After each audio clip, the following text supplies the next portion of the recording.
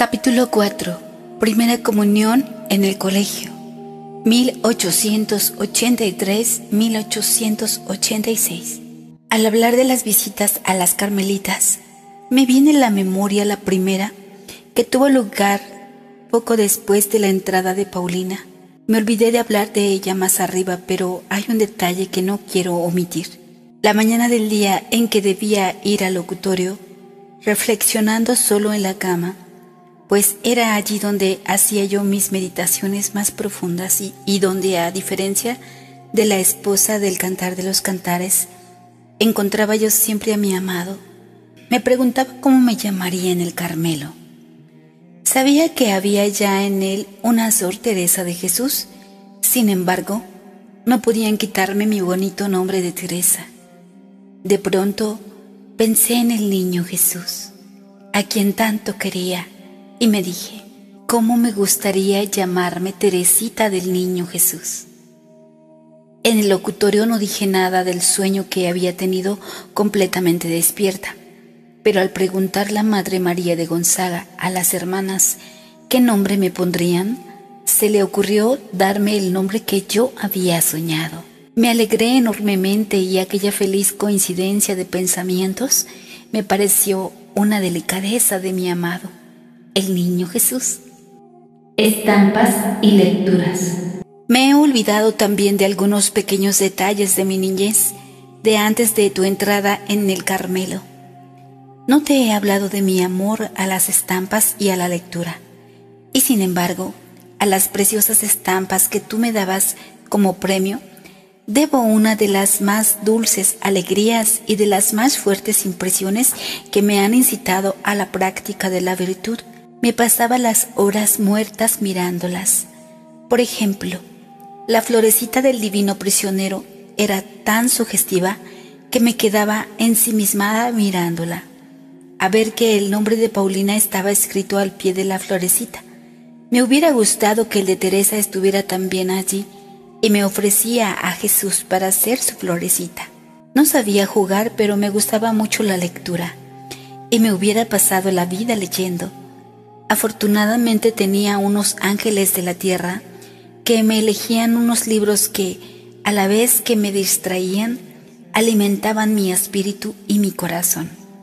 Además, no podía dedicar a la lectura más que un determinado tiempo, lo cual era para mí motivo de grandes sacrificios, pues muchas veces tenía que interrumpirla en lo más interesante de un pasaje. Esta afición a la lectura duró hasta mi entrada en el Carmelo. Me sería imposible decir el número de libros que pasaron por mis manos, pero nunca permitió Dios que leyera ni uno solo que pudiera hacerme daño. Es cierto que al leer ciertos relatos caballerescos, no siempre percibía en un primer momento la realidad de la vida, pero pronto Dios me daba a entender que la verdadera gloria es la que ha de durar para siempre, y que para alcanzarla no es necesario hacer obras deslumbrantes, sino esconderse y practicar la virtud de manera que la mano izquierda no sepa lo que hace la derecha. Así, al leer los relatos de las hazañas patrióticas de las heroínas francesas, y en especial las de la venerable Juana de Arco, me venían grandes deseos de imitarlas. Me parecía sentir en mi interior el mismo ardor que las había animado a ellas y la misma inspiración celestial. Por entonces recibí una gracia que siempre he considerado como una de las más grandes de mi vida, ya que en esa edad no recibía las luces de que ahora me veo inundada. Pensé que había nacido para la gloria y buscando la forma de alcanzarla, Dios me inspiró los sentimientos que acabo de escribir. Me hizo también comprender que mi gloria no brillaría ante los ojos de los mortales, sino que consistiría en llegar a ser una gran santa. Este deseo podría parecer temerario si se tiene en cuenta lo débil e imperfecta que yo era, y que aún soy después de 7 años vividos en religión. No obstante, sino teniendo la misma confianza audaz de llegar a ser una gran santa, pues no me apoyo en mis méritos, que no tengo ninguno, sino en aquel que es la virtud y la santidad mismas. Solo Él, contentándose con mis débiles esfuerzos, me elevará hasta Él y cubriéndome con sus méritos infinitos, me hará santa. Yo no pensaba entonces que para llegar a la santidad había que sufrir mucho. Dios no tardó en mostrármelo, enviándome las pruebas que he contado antes. Ahora he de reanudar mi relato en el punto en que lo había dejado. 3 meses después de mi curación, papá nos llevó de viaje a Alencón, en la primera vez que volvía allí, y fue muy grande mi alegría al volver a ver los parajes en los que había transcurrido mi niñez, y sobre todo el poder rezar sobre la tumba de mamá y pedirle que me protegiera siempre. Dios me concedió la gracia de no conocer el mundo, a no ser justo para despreciarlo y alejarme de él. Podría decir que durante mi estancia en Alencón fue cuando hice mi presentación en sociedad. Todo era alegría y felicidad en torno a mí. Me veía festejada, mimada, admirada. En una palabra, durante 15 días mi vida solo se vio sembrada de flores. Y confieso que aquella vida tenía sus encantos para mí. La sabiduría tiene mucha razón cuando dice: el hechizo de las bagatelas del mundo seduce hasta las mentes sin malicia. A los 10 años, el corazón se deja fácilmente deslumbrar. Por eso considero como una gracia muy grande el no haberme quedado en Alencón. Los amigos que teníamos allí eran demasiado mundanos y compaginaban demasiado las alegrías de la tierra con el servicio de Dios. No pensaban lo bastante en la muerte, y sin embargo la muerte ha venido a visitar a un gran número de personas a las que yo conocí, jóvenes ricas y felices. Me gusta volver con el pensamiento a los lugares encantadores donde vivieron, preguntarme dónde están, qué les queda hoy de los castillos y los parques donde las vi disfrutar de las comodidades de la vida. Y veo que todo es vanidad y aflicción de espíritu bajo el sol, y que el único bien que vale la pena es amar a Dios con todo el corazón y ser pobres de espíritu aquí en la tierra. Tal vez Jesús quiso mostrarme el mundo antes de hacerme la primera visita para que eligiera más libremente el camino que iba a prometerle seguir. Primera comunión. La época de mi primera comunión ha quedado grabada en mi corazón como un recuerdo sin nubes. Creo que no podía estar mejor preparada de lo que lo estuve, y mis sufrimientos del alma desaparecieron durante casi un año. Jesús quería darme a gustar la alegría más plena posible en este valle de lágrimas. ¿Recuerdas, madre querida, el precioso librito que me preparaste 3 meses antes de mi primera comunión? Aquel librito me ayudó a preparar metódica y rápidamente mi corazón, pues si bien es cierto que ya lo venía preparando desde hacía mucho tiempo, era necesario darle un nuevo impulso, llenarlo de flores nuevas para que Jesús pudiese descansar a gusto en él. Todos los días hacía un gran número de prácticas que eran otras tantas flores. Decía también un número todavía mayor de ejaculatorias que tú más habías escrito para cada día en el librito, y esos actos de amor eran los capullos de las flores. Todas las semanas tú me escribías una linda cartita que me llenaba el alma de pensamientos profundos y me ayudaba a practicar la virtud. Aquella carta era un consuelo para tu pobre hijita, que hacía un sacrificio tan grande al aceptar que no fueras tú quien la preparara cada tarde en tu regazo, como lo habías hecho con Celina. María reemplazó a Paulina. Me sentaba en su regazo y allí escuchaba con avidez lo que me decía. Creo que todo su corazón tan grande y tan generoso se volcaba en el mío, como los grandes guerreros enseñan a sus hijos el oficio de las armas. Así me hablaba ella de las luchas de la vida y de la palma que se entregara a los vencedores. María me hablaba también de las riquezas inmortales que podemos atesorar fácilmente cada día, y de la desgracia que sería pasar junto a ellas sin querer tomarse la molestia de extender la mano para cogerlas. Luego me enseñaba la forma de ser santa por la fidelidad en las cosas más pequeñas. Me dio la hojita, el renunciamiento, que yo meditaba con auténtico placer. Y qué elocuente que era mi querida madrina. Me hubiera gustado no ser la única que escuchase sus profundas enseñanzas.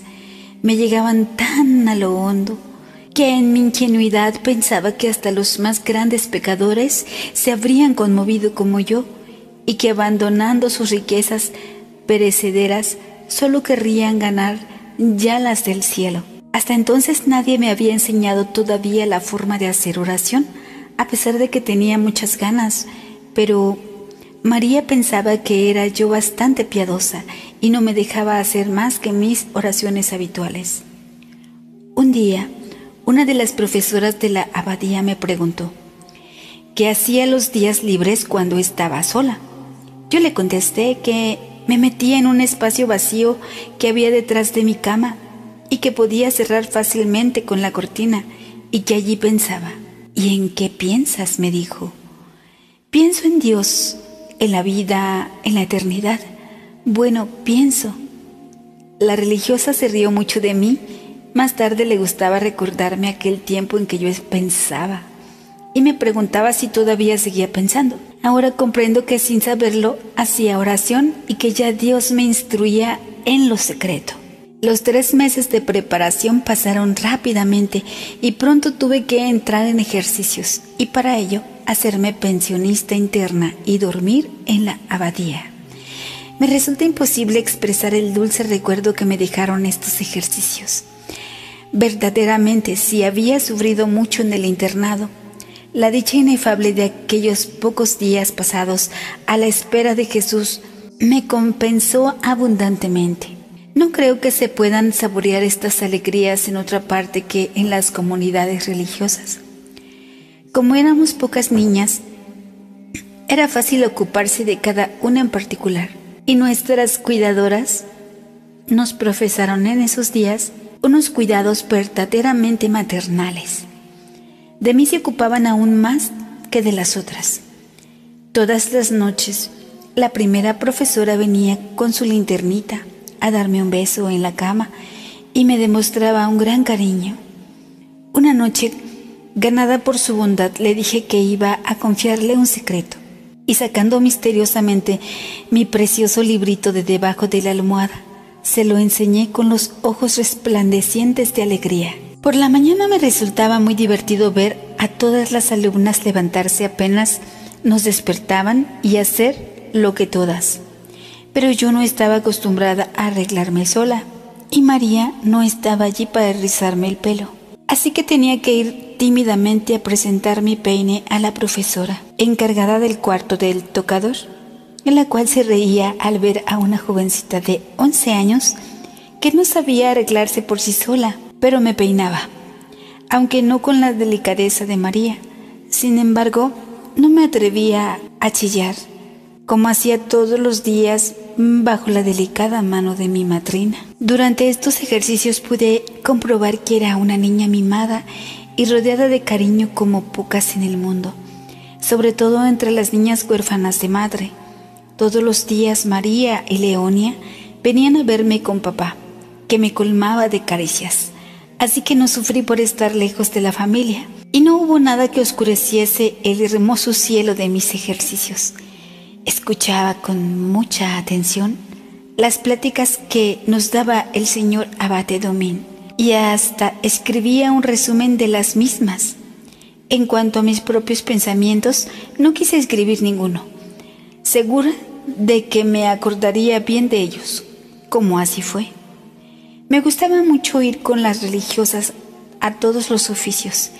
Llamaba la atención entre mis compañeras por un gran crucifijo que me había regalado Leonia y que llevaba puesto en el cinturón como los misioneros. Aquel crucifijo despertaba la envidia de las religiosas que pensaban que, al llevarlo, yo quería imitar a mi hermana la Carmelita. Y sí, hacia ella volaban mis pensamientos. Yo sabía que mi Paulina estaba de ejercicios como yo, no para que Jesús se entregase a ella, sino para entregarse ella a Jesús. y aquella soledad pasada en la espera me resultaba por eso doblemente grata. Recuerdo que una mañana me habían llevado a la enfermería porque tosía mucho. Desde mi enfermedad, las profesoras se preocupaban mucho por mi salud, por un ligero dolor de cabeza o si me veían más pálida que de costumbre. Me mandaban ya a tomar el aire y a descansar en la enfermería. Vi entrar a mi Celina querida. Había conseguido permiso para verme, a pesar de estar en ejercicios, para regalarme una estampa que me gustó mucho. Era la florecita del divino prisionero. Cómo me gustó recibir este recuerdo de manos de Celina. Cuántos sentimientos de amor no me ha inspirado. La víspera del gran día recibí por segunda vez la absolución. La confesión general me dejó una gran paz en el alma y Dios no permitió que viniera a turbarla ni la más ligera nube. Por la tarde pedí perdón a toda la familia que fue a verme, pero solo pude hablar el lenguaje de las lágrimas, pues estaba demasiado emocionada. Paulina no estaba allí, pero sabía que estaba muy cerca de mí con el corazón. Me había mandado con María una preciosa estampa que no me cansaba de admirar y de hacer admirar a todo el mundo. Había escrito al padre Pichón para encomendarme a sus oraciones y diciéndole también que pronto sería carmelita y que entonces él sería mi director espiritual. Y así ocurrió efectivamente. 4 años más tarde, pues en el Carmelo pude abrirle mi alma. María me entregó una carta suya. Realmente era feliz. Todas las alegrías me llegaban juntas. Lo que más me gustó de su carta fue esta frase: mañana celebraré el santo sacrificio por ti y por Paulina. El 8 de mayo, Paulina y Teresa quedaron más unidas que nunca, pues Jesús parecía fundirlas en una, inundándolas de sus gracias. Finalmente llegó el más hermoso de los días. Qué inefables recuerdos han dejado en mi alma hasta los más pequeños detalles de esta jornada del cielo. El gozoso despertar de la aurora, los besos respetuosos y tiernos de las profesoras y de las compañeras mayores, la gran sala repleta de copos de nieve y con los que nos iban visitando a las niñas una tras otra, y sobre todo, la entrada en la capilla y el precioso canto matinal. Oh altar sagrado que rodean los ángeles. Pero no quiero entrar en detalles. Hay cosas que, si se exponen al aire, pierden su perfume. Y hay sentimientos del alma que no pueden traducirse al lenguaje de la tierra, sin que pierdan su sentido íntimo y celestial. Son como aquella piedra blanca que se dará al vencedor en la que hay escrito un nombre nuevo que solo conoce el que la recibe. Qué dulce fue el primer beso de Jesús a mi alma. Fue un beso de amor. Me sentía amada y decía a mi vez: te amo y me entrego a ti para siempre. No hubo preguntas ni luchas, ni sacrificios. Desde hacía mucho tiempo Jesús y la pobre Teresita se habían mirado y se habían comprendido. Aquel día no fue ya una mirada, sino una fusión. Ya no eran dos. Teresa había desaparecido como la gota de agua que se pierde en medio del océano. Solo quedaba Jesús. Él era el dueño, el rey. ¿No le había pedido Teresa que le quitara su libertad? Pues su libertad le daba miedo. Se sentía tan débil, tan frágil, que quería unirse para siempre a la fuerza divina. Su alegría era demasiado grande y demasiado profunda para poder contenerla.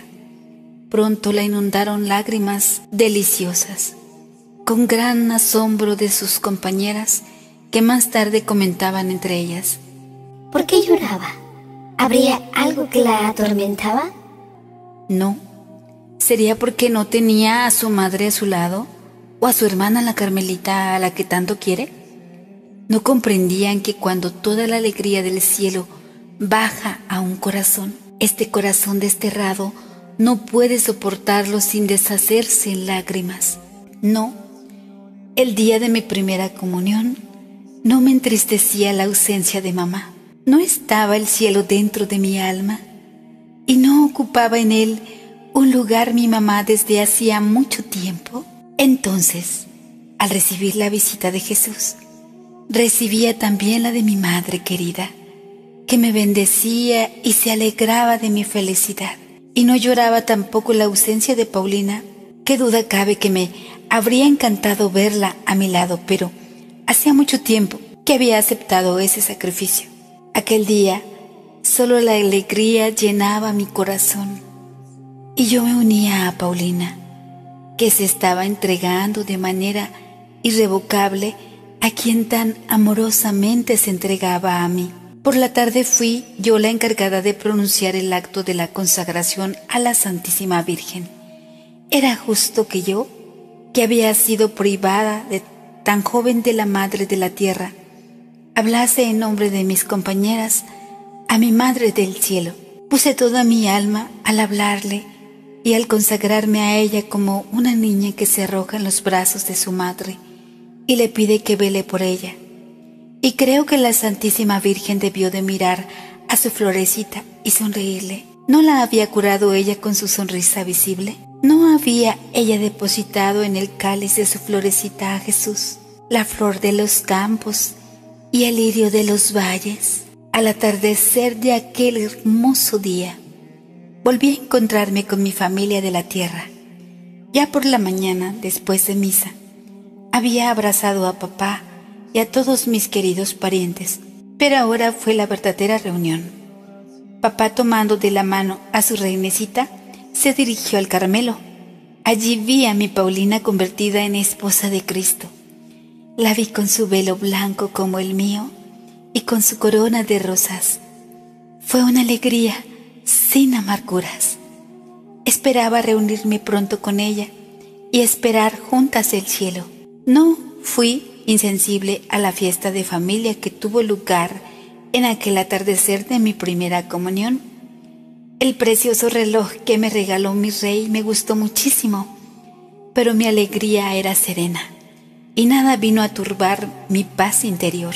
María me acostó con ella la noche que siguió a aquel hermoso día, pues a los días más radiantes les sigue la oscuridad, y solo el día de la primera, de la única, de la eterna comunión del cielo será un día sin ocaso. El día siguiente a mi primera comunión fue también un día hermoso, pero estuvo teñido de melancolía. Ni el precioso vestido que María me había comprado, ni todos los regalos que había recibido me llenaban el corazón. Solo Jesús podía saciarme. Ansiaba el momento de poder recibirle por segunda vez. Aproximadamente un mes después de mi primera comunión, fui a confesarme para la fiesta de la Ascensión y me atreví a pedir permiso para comulgar. Contra toda esperanza, el señor abate me lo concedió y tuve la dicha de arrodillarme a la sagrada mesa entre papá y María.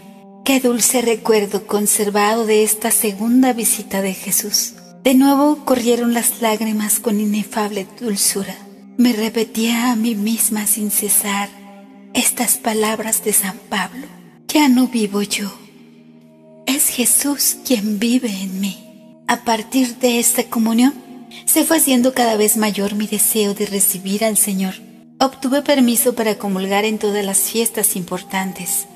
La víspera de estos días dichosos, María me ponía al atardecer en su regazo y me preparaba como lo había hecho para mi primera comunión. Recuerdo que una vez me habló del sufrimiento, diciéndome que probablemente yo no transitaría por ese camino, sino que Dios me llevaría siempre como a una niña. Al día siguiente, después de comulgar, me volvieron a la memoria las palabras de María y sentí nacer en mi corazón un gran deseo de sufrir y al mismo tiempo la íntima convicción que Jesús me tenía reservado un gran número de cruces, y me sentí inundada de tan grandes consuelos que los considero como una de las mayores gracias de mi vida. El sufrimiento se convirtió en mi sueño dorado.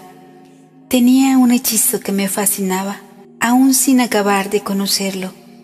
Hasta entonces había sufrido sin amar el sufrimiento. A partir de ese día sentí por él un verdadero amor. Sentía también el deseo de no amar más que a Dios y de no hallar alegría fuera de él. Con frecuencia durante las comuniones le repetía estas palabras de la imitación: Oh Jesús, dulzura infinita, cámbiame en amargura todos los consuelos de la tierra. Esta oración brotaba de mis labios sin esfuerzo y sin dificultad alguna. Me parecía repetirla, no por propia voluntad, sino como una niña que repite las palabras que le inspira un amigo.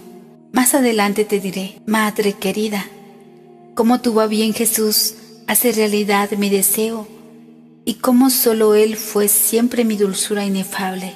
Si te hablase de ello ahora, tendría que anticipar el relato de mis años de juventud, y aún me quedan por contar muchos detalles de mi vida de niña. Confirmación. Poco después de mi primera comunión, entré de nuevo en ejercicios espirituales para la confirmación. Me preparé con gran esmero para recibir la visita del Espíritu Santo. No entendía cómo no se cuidaba mucho la recepción de este sacramento de amor. Normalmente para la confirmación solo se hacía un día de retiro, pero como Monseñor no pudo venir para el día fijado, tuve el consuelo de pasar 2 días de soledad.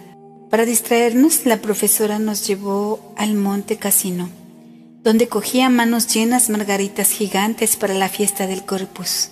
¡Qué gozo sentía en el alma!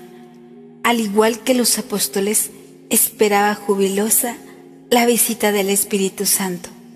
Me alegraba al pensar que pronto sería una cristiana perfecta, y sobre todo, que iba a llevar eternamente marcada en la frente la cruz misteriosa que traza el obispo al administrar este sacramento. Por fin llegó el momento feliz. No sentí ningún viento impetuoso al descender el Espíritu Santo, sino más bien aquella brisa tenue cuyo susurro escuchó Elías en el monte Oreb. Aquel día recibí la fortaleza para sufrir, ya que pronto iba a comenzar el martirio de mi alma. Mi Leonia querida fue la madrina y estaba tan emocionada que no dejó de llorar durante toda la ceremonia. Recibió conmigo la Sagrada Comunión, pues aquel día feliz tuve la dicha de volver a unirme a Jesús. Pasadas estas fiestas deliciosas e inolvidables, mi vida volvió a la normalidad. Es decir, tuve que reanudar la vida de pensionista, que tan penosa me resultaba. Aquellos días que rodearon mi primera comunión, me gustaba convivir con las niñas de mi edad, todas ellas llenas de buena voluntad y decididas como yo, a tomar en serio la práctica de la virtud, pero ahora tenía que volver a ponerme en contacto con alumnas muy diferentes, disipadas, que no querían guardar el reglamento, y eso me hacía muy desdichada. Yo era de carácter alegre, pero no sabía jugar a los juegos de las niñas de mi edad. Muchas veces en el recreo me apoyaba en un árbol y desde allí contemplaba el espectáculo sumida en profundas reflexiones. Había inventado un juego que me gustaba mucho. Consistía en enterrar a los pobres pajaritos que encontrábamos muertos bajo los árboles. Muchas alumnas se animaron a ayudarme, de forma que nuestro cementerio quedó muy bonito, todo plantado de árboles y flores, proporcionados al tamaño de nuestros pajaritos. También me gustaba contar historietas que yo misma inventaba a medida que me iban viniendo a la imaginación. Entonces mis compañeras me rodeaban presurosas y a veces algunas de las mayores se unían al grupo de las oyentes. Una misma historia solía durar varios días, pues me gustaba hacerlo cada vez más interesante a medida que iba viendo en los rostros de mis compañeras la impresión que producía. Pero la profesora no tardó en prohibirme ese oficio de orador, pues quería vernos jugar y correr en lugar de discurrir. Retenía con facilidad el sentido de lo que estudiaba, pero me costaba trabajo aprender de memoria. Por eso el año que procedió a mi primera comunión, pedía permiso casi todos los días para estudiar el catecismo durante el recreo. Mis esfuerzos se vieron coronados por el éxito y fui siempre la primera.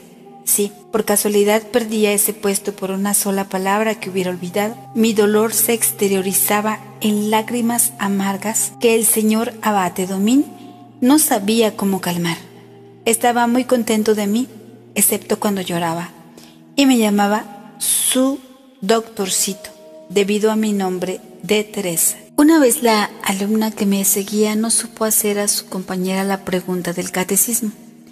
El señor abate preguntó en vano a toda la fila de alumnas hasta llegar a mí, y entonces dijo que quería ver si merecía el primer puesto. Yo, en mi profunda humildad, no deseaba otra cosa, y levantándome, muy segura de mí misma, contesté a lo que se me preguntaba sin cometer ni un solo error, con gran asombro de toda la clase. Mi interés por el catecismo continuó después de mi primera comunión hasta que salí del internado. Me iba muy bien en los estudios y era casi siempre la primera. En lo que más descollaba era en historia y en redacción. Todas mis profesoras me tenían por una alumna muy inteligente, pero no sucedía lo mismo en casa de mi tío, donde pasaba por ser una pequeña ignorante, buena y dulce sí, pero poco capaz y torpe. No me extrañaba esa opinión que mis tíos tenían de mí, y que sin duda aún siguen teniendo, pues apenas hablaba y era muy tímida, y cuando escribía mi letra de gato y mi ortografía, que no es más que normalita, no eran para entusiasmar a nadie. Verdad es que las pequeñas labores de costura, de bordado y otras por el estilo se me daban bien y a gusto a mis profesoras, pero la manera torpe y desmañada de sujetar la labor justificaba la opinión poco favorable que tenían de mí. Todo esto lo considero como una gracia, pues Dios, que quería mi corazón solo para Él, escuchaba ya mi súplica, cambiándome en amargura todos los consuelos de la tierra. Y por cierto que tenía una gran necesidad de ello, pues no era precisamente insensible a los elogios. Con bastante frecuencia alababan delante de mí la inteligencia de las demás, pero nunca la mía, por lo que llegué a la conclusión de que no era inteligente, y me resigné a no serlo. Mi corazón sensible y cariñoso se hubiera entregado fácilmente si hubiera encontrado un corazón capaz de comprenderlo. Intenté trabar mi amistad con algunas niñas de mi edad, sobre todo con dos de ellas. Yo las quería y también ellas me querían a mí en la medida en que podían, pero ¡ay! Qué raquítico y voluble es el corazón de las criaturas. Pronto comprobé que mi amor no era correspondido. Una de mis amigas tuvo que irse a su casa y regresó pocos meses después. Durante su ausencia, yo la había recordado y había guardado cuidadosamente una pequeña sortija que me había regalado. Al ver de nuevo a mi compañera me alegré mucho, pero ¡ay! Solo logré de ella una mirada indiferente. Mi amor no era comprendido. Lo sentí mucho y no quise mendigar un cariño que me negaban. Pero Dios me ha dado un corazón tan fiel que cuando ama a alguien limpiamente, lo ama para siempre. Por eso seguí rezando por mi compañera y aún la sigo queriendo. Al ver que Celina se había encariñado de una de nuestras profesoras, yo quise imitarla, pero como no sabía ganarme la simpatía de las criaturas, no pude conseguirlo. Feliz ignorancia que me ha librado de tantos males. ¿Cómo le agradezco a Jesús que no me haya hecho encontrar más que amarguras en las amistades de la tierra? Con un corazón como el mío, me habría dejado atrapar y cortar las alas, y entonces, ¿cómo hubiera podido volar y hallar reposo? ¿Cómo va a poder unirse íntimamente a Dios un corazón entregado al afecto de criaturas? Pienso que es imposible. Aunque no he llegado a beber de la copa emponzoñada del amor demasiado ardiente de las criaturas, sé que no me equivoco. He visto a tantas almas volar como pobres mariposas y quemarse las alas, seducidas por esta luz engañosa, y luego volver a la verdadera, a la dulce luz del amor, que le daba nuevas alas, más brillantes y más ligeras para volar hacia Jesús. Ese fuego divino que arde sin consumirse. Sí, lo sé. Jesús me veía demasiado débil para exponerme a la tentación. Tal vez me hubiera dejado quemar toda entera por esa luz engañosa, si la hubiera visto brillar ante mis ojos. Pero no fue así.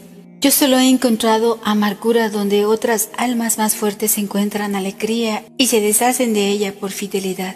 No tengo, pues, ningún mérito por no haberme entregado al amor de las criaturas, ya que solo la misericordia de Dios me preservó de hacerlo.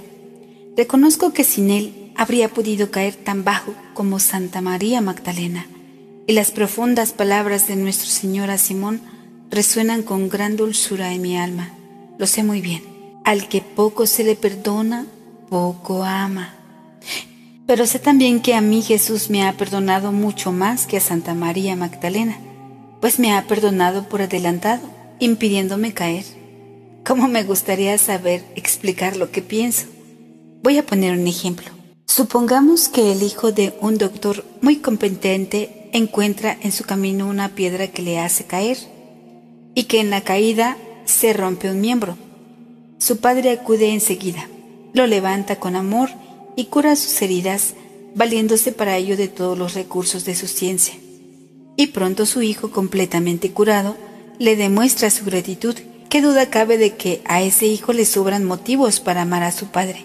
Pero voy a hacer otra suposición.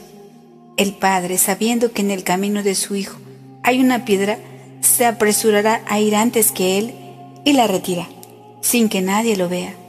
Ciertamente que el hijo, objeto de la ternura previsora de su padre, si desconoce la desgracia de que su padre lo ha librado, no le manifestará su gratitud y le amará menos que si lo hubiese curado. Pero si llega a saber el peligro del que acaba de librarse, ¿no lo amará todavía mucho más? Pues bien, yo soy esa hija, objeto del amor previsor de un padre que no ha enviado a su verbo a rescatar a los justos, sino a los pecadores. Él quiere que yo le ame porque me ha perdonado, no mucho, sino todo.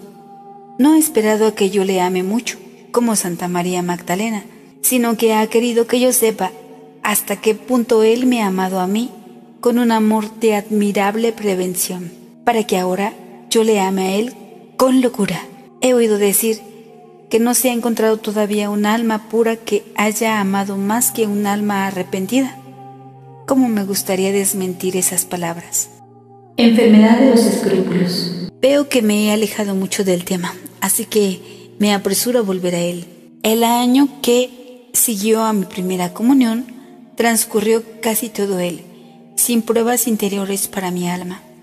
Pero durante el retiro para la segunda comunión me vi asaltada por la terrible enfermedad de los escrúpulos. Hay que pasar por ese martirio para saber lo que es. Imposible decir lo que sufrí durante 1 año y medio.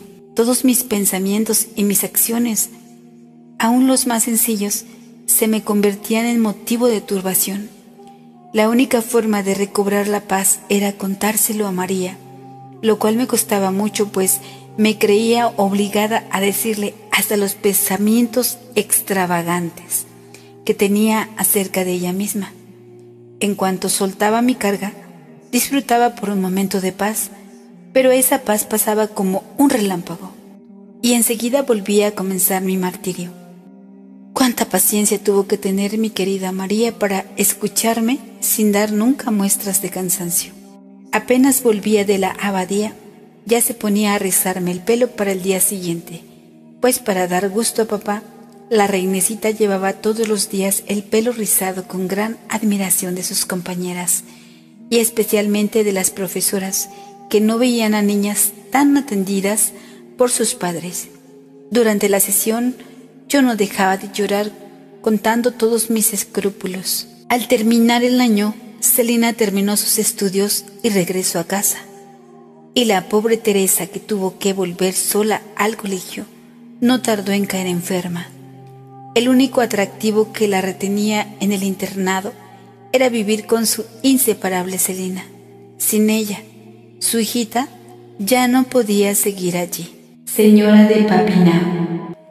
Salí pues de la abadía a la edad de 13 años y continué mi educación recibiendo varias clases a la semana en casa de la señora de Papineau.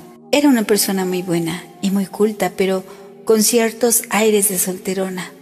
Vivía con su madre y era una maravilla ver las buenas migas que hacían las tres, pues la gata era también de la familia y yo tenía que soportar que ronronease sobre mis cuadernos e incluso admirar su linda figura. tenía la ventaja de vivir en la intimidad de la familia, como los buchonets quedaban demasiado lejos para las piernas ya un poco viejas de mi profesora. Había pedido que fuera yo a su casa para las clases. Cuando llegaba, normalmente no encontraba más que a la anciana señora de Cochaín, que me miraba con sus grandes ojos claros, y luego llamaba con voz serena y juiciosa: Señora de Papinal, la señorita Teresa está aquí. Su hija le contestaba inmediatamente con voz infantil: Ya voy, mamá. Y luego empezaba la clase. Estas clases tenían también la ventaja, además de la instrucción que en ellas recibía, de hacerme conocer al mundo. ¿Quién lo hubiera creído? En aquella sala amueblada a la antigua, yo asistía con frecuencia, rodeada de libros y de cuadernos, a visitar de toda índole, sacerdotes, señoras, señoritas, etc. La señora de Cochaín llevaba la batuta de la conversación todo lo que podía para que su hija pudiera darme la clase. Pero esos días no aprendía apenas nada. Con la nariz encima del libro, escuchaba todo lo que decían, e incluso lo que más me valiera no haber escuchado, pues la vanidad se desliza muy fácilmente en el corazón. Una señora decía que yo tenía un pelo precioso. Otra, al despedirse creyendo que yo no la oía, preguntaba quién era aquella muchacha tan bonita. Y esas palabras, tanto más halagadoras cuanto no se decían delante de mí, dejaban en mi alma una sensación de placer que me demostraba a las claras lo lleno de amor propio que yo estaba. Qué lástima me dan las almas que se pierden. Es tan fácil extraviarse por los senderos floridos del mundo. Ciertamente, para un alma un tanto elevada, la dulzura que él ofrece va mezclada de amargura, y el vacío inmenso de los deseos nunca podrá llenarse con las alabanzas de un instante. Pero si mi corazón no se hubiese elevado hacia Dios desde su primer despertar, si el mundo me hubiese sonreído desde mi entrada en la vida, ¿qué habría sido de mí? Madre querida, con cuánta gratitud canto las misericordias del Señor. ¿No me retiró Él del mundo según las palabras de la sabiduría, antes que la malicia pervirtiera mi conciencia y que la perfidia sedujera mi alma? También la Santísima Virgen velaba por su florecita, y no queriendo que se marchitase al contacto con las cosas de la tierra, se la llevó a su montaña antes de que se abriese su corola. Mientras esperaba la llegada de ese momento feliz, Teresita iba creciendo en el amor a su Madre del Cielo, y para mostrarle ese amor hizo algo que le costó mucho y que voy a contar en pocas palabras, a pesar de su extensión. Hija de María. Casi inmediatamente después de mi entrada en la abadía, ingresé en la congregación de los Santos Ángeles. Me gustaban mucho los ejercicios de devoción que en ella se prescribían, pues sentía una especial inclinación a invocar a los bienaventurados espíritus celestiales, y en particular al que Dios me dio para que fuera el compañero de mi destierro. Poco tiempo después de mi primera comunión, la banda de aspirante a las hijas de María sustituyó a la de los Santos Ángeles, pero abandoné la abadía sin haber sido recibida en esa congregación de la Santísima Virgen. Como salí antes de terminar los estudios, no se me permitía entrar en ella como antigua alumna. Confieso que ese privilegio no me atraía demasiado, pero pensando que todas mis hermanas habían sido hijas de María, no quería ser menos hija que ellas de mi Madre del Cielo, y fui, muy humildemente, a pesar de lo mucho que costaba, a pedir permiso para ingresar en la congregación de la Santísima Virgen en la abadía. La primera profesora no quiso negármelo, pero me puso como condición que tenía que venir al colegio 2 días a la semana, por la tarde, para demostrar que era digna de ser admitida. Este permiso, lejos de agradarme, me costó enormemente. Yo no tenía, como las demás alumnas, una profesora amiga con quien poder ir a pasar el tiempo. Así es que me conformaba con ir a saludar a la profesora y luego trabajaba en silencio hasta que terminaba la clase de labores. Nadie se fijaba en mí, así que subía a la tribuna de la capilla y me estaba allí delante del Santísimo hasta que papá venía a buscarme. Este era mi único consuelo. ¿No era acaso Jesús mi único amigo? No sabía hablar con nadie más que con Él. Las conversaciones con las criaturas, incluso las conversaciones piadosas, me cansaban el alma. Sentía que vale más hablar con Dios que hablar de Dios, pues se suele mezclar tanto amor propio en las conversaciones espirituales. Solo por la Santísima Virgen iba a la abadía. A veces me sentía sola, muy sola, como en los días de mi vida de internado, cuando me paseaba triste y enferma por el enorme patio. Yo repetía siempre estas palabras que hacían renacer siempre la paz y la fuerza en mi corazón. La vida es tu navío, no tu morada. Cuando era pequeñita, estas palabras me levantaban la moral. Y todavía hoy, a pesar de los años que hacen que desaparezcan tantos sentimientos de piedad infantil, la imagen del navío sigue cautivando mi alma y la ayuda a soportar el destierro. ¿No dice la sabiduría que la vida es como un ave que surca las aguas agitadas sin dejar rastro alguno de su travesía? Cuando pienso en estas cosas, mi alma se abisma en el infinito y me parece estar tocando ya las riberas eternas. Me parece estar ya recibiendo el abrazo de Jesús. Creo ver a mi Madre del cielo salirme del encuentro con papá, con mamá y con los 4 angelitos. Creo estar gozando por fin, para siempre, de la verdadera, de la única vida de familia. Nuevas separaciones. Pero antes de ver a la familia reunida en el hogar paterno del cielo, tenía que sufrir aún muchas separaciones. El mismo año en que fui recibida como hija de la Santísima Virgen, esta me arrebató a mi querida María, el único sostén de mi alma. María era quien me guiaba, quien me consolaba, quien me ayudaba a practicar la virtud. Ella era mi único oráculo. Es cierto que Paulina ocupaba un lugar privilegiado en mi corazón, pero Paulina estaba lejos, muy lejos de mí. Me había costado un verdadero martirio acostumbrarme a vivir sin ella, a ver interpuestos entre ella y yo unos muros infranqueables, pero al fin había acabado por aceptar la triste realidad. Había perdido a Paulina, casi como si se hubiera muerto. Ella me seguía queriendo, sí, y rezaba por mí, pero a mis ojos mi Paulina querida se había convertido en una santa que ya no sabía de las cosas de la tierra y las miserias de su pobre Teresa. Si las conociera, la extrañarían y la llevarían a no quererla tanto. Además, aunque hubiera querido confiarle mis secretos, como en los buzonets, no hubiera podido hacerlo, pues las visitas en el locutorio eran solo para María. Celina y yo no teníamos permiso para entrar más que al final, y justo al tiempo para que se nos oprimiese el corazón. Por eso no tenía en realidad más que a María, que me era, por así decirlo, indispensable. Solo a ella le contaba mis escrúpulos y la obediencia tan ciegamente que mi confesor nunca llegó a conocer mi vergonzosa enfermedad. Yo solo le decía el número de pecados que María me permitía confesar, ni uno más, así que podría haber pasado por el alma menos escrupulosa del mundo, a pesar de serlo en sumo grado. María sabía pues todo lo que pasaba en mi alma y conocía también mis deseos del Carmelo, y yo la quería tanto que no podía vivir sin ella. Todos los años, nuestra tía nos invitaba a ir turnándonos a su casa de Trouville. A mí me gustaba mucho ir, pero con María. Cuando no la tenía a mi lado, me aburría mucho. Una vez, sin embargo, me lo pasé bien en Trouville. Fue el año en que papá realizó el viaje a Constantinopla para distraernos un poco, pues estábamos muy tristes porque papá estaba tan lejos.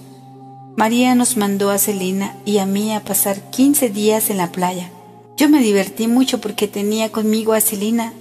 Nuestra tía nos daba todos los gustos posibles, paseos en burro, pesca de agujas, etc. Yo era todavía muy niña a pesar de mis 12 años y medio. Me acuerdo de la alegría que sentí cuando me puse las preciosas cintas azules que mi tía me regaló para el pelo.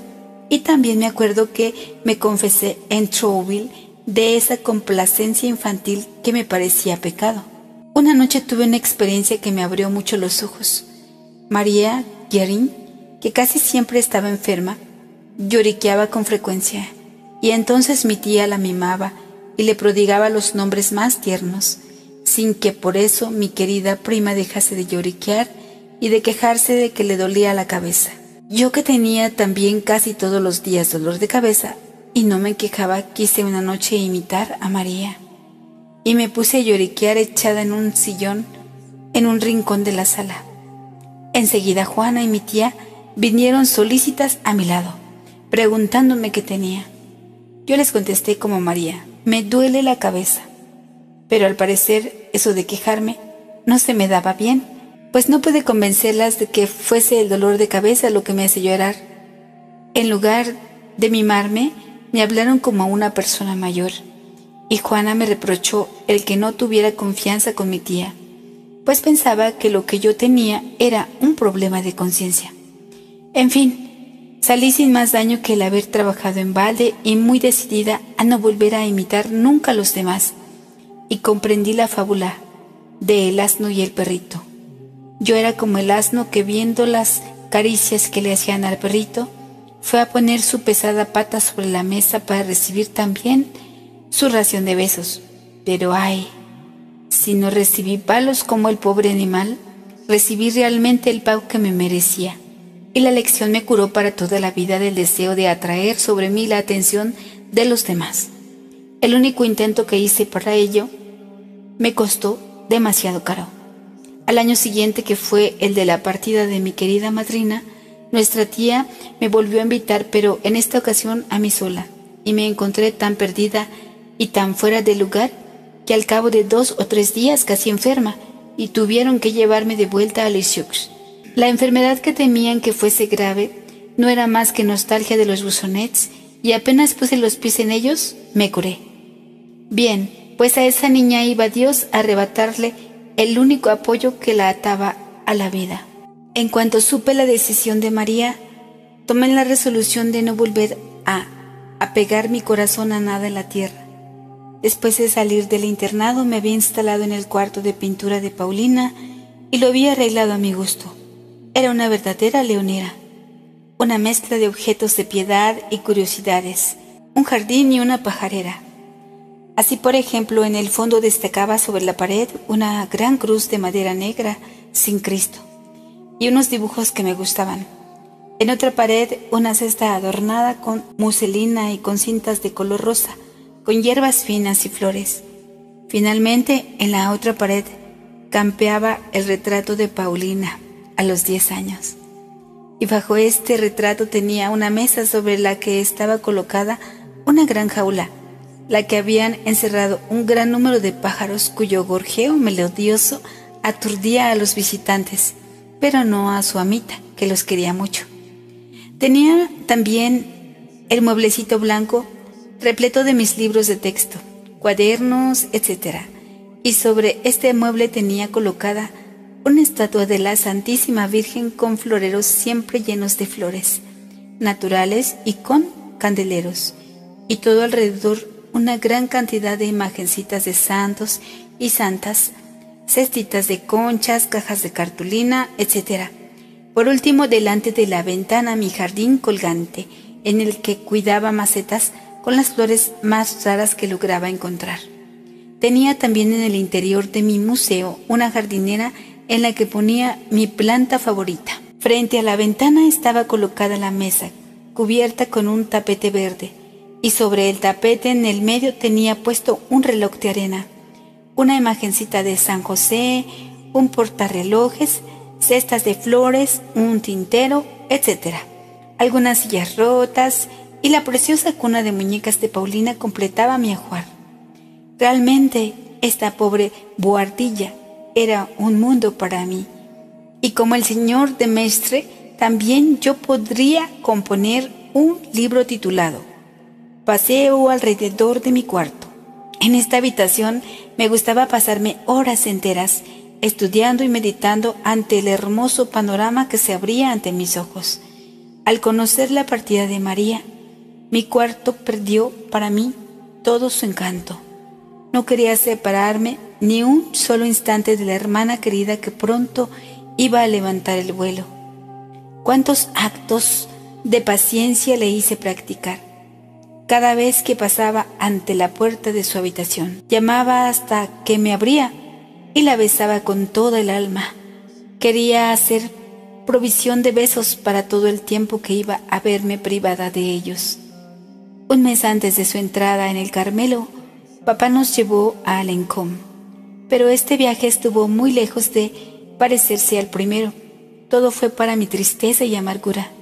Imposible decir cuántas lágrimas lloré sobre la tumba de mamá, porque me había olvidado de llevar un ramillete de ancianos que había cogido para ella. Verdaderamente, en todo encontraba motivos para sufrir, todo lo contrario que ahora, pues Dios me concede la gracia de no abatirme por nada pasajero. Cuando me acuerdo del pasado, mi alma desborda de gratitud al ver los favores que he recibido del cielo. Se ha operado en mí tal cambio que estoy desconocida. Verdad es que deseaba alcanzar la gracia de tener un dominio absoluto sobre mis acciones, de ser su dueña y no su esclava.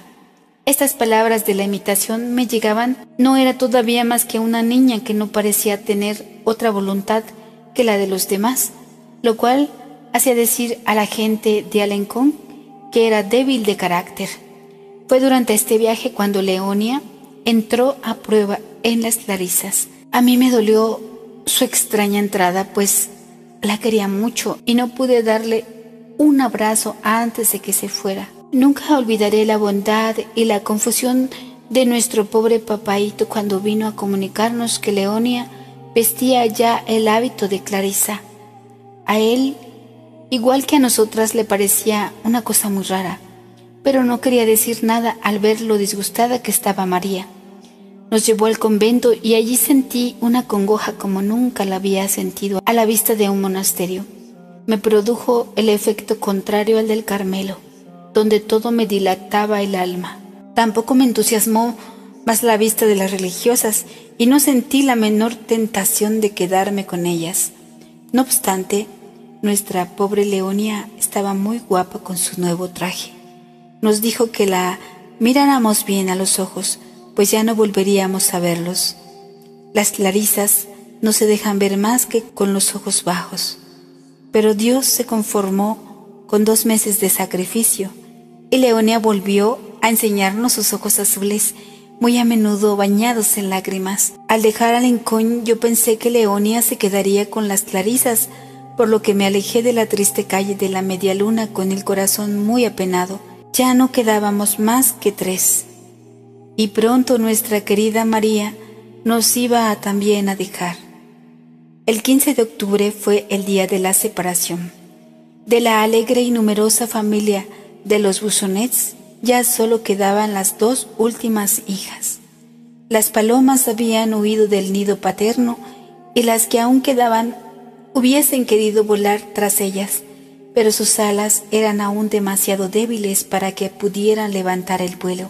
Dios, que quería llamar hacia sí a la más pequeña y más débil de todas, se apresuró a hacerle crecer las alas. Él, que se complace en mostrar su bondad y su poder sirviéndose de los instrumentos menos dignos, quiso llamarme a mí antes que a Celina, que sin duda merecía más que yo este favor. Pero Jesús conocía muy bien mi debilidad, y por eso me escondió a mí primero en las cavernas de la roca. Cuando María entró en el Carmelo, yo era todavía muy escrupulosa. Como ya no podía confiarme a ella, me volví hacia el cielo. Me dirigí a los 4 angelitos que me habían precedido allá arriba. Pues pensé que aquellas almas inocentes que nunca habían conocido ni las tribulaciones ni los miedos deberían tener compasión de su pobre hermanita que estaba sufriendo en la tierra. Les hablé con la sencillez de un niño, haciéndoles notar que, al ser la última de la familia, siempre había sido la más querida y la más colmada de ternuras por mis hermanas, y que si ellos hubieran permanecido en la tierra, me habrían dado también sin duda alguna pruebas de cariño. Su partida para el cielo no me parecía una razón suficiente para que me olvidasen, Al contrario, ya que se hallaban en situación de disponer de los tesoros divinos, debían tomar de ellos la paz para mí y mostrarme así que también en el cielo se sabe amar. La respuesta no se hizo esperar. Pronto la paz vino a inundar mi alma con sus olas deliciosas y comprendí que si era amada en la tierra, también lo era en el cielo. A partir de aquel momento fue creciendo mi devoción hacia mis hermanitos y hermanitas, y me gusta conversar a menudo con ellos y hablarles de las tristezas del destierro y de mi deseo de ir pronto a reunirme con ellos en la patria. Si te gustó, regálame un like, suscríbete. La suscripción es totalmente gratuita, pero lo más importante es que lo compartas. Así ayudas en esta obra de evangelización y con la Virgen María de la mano, hasta la victoria. ¿Quién como Dios? Nadie como Dios.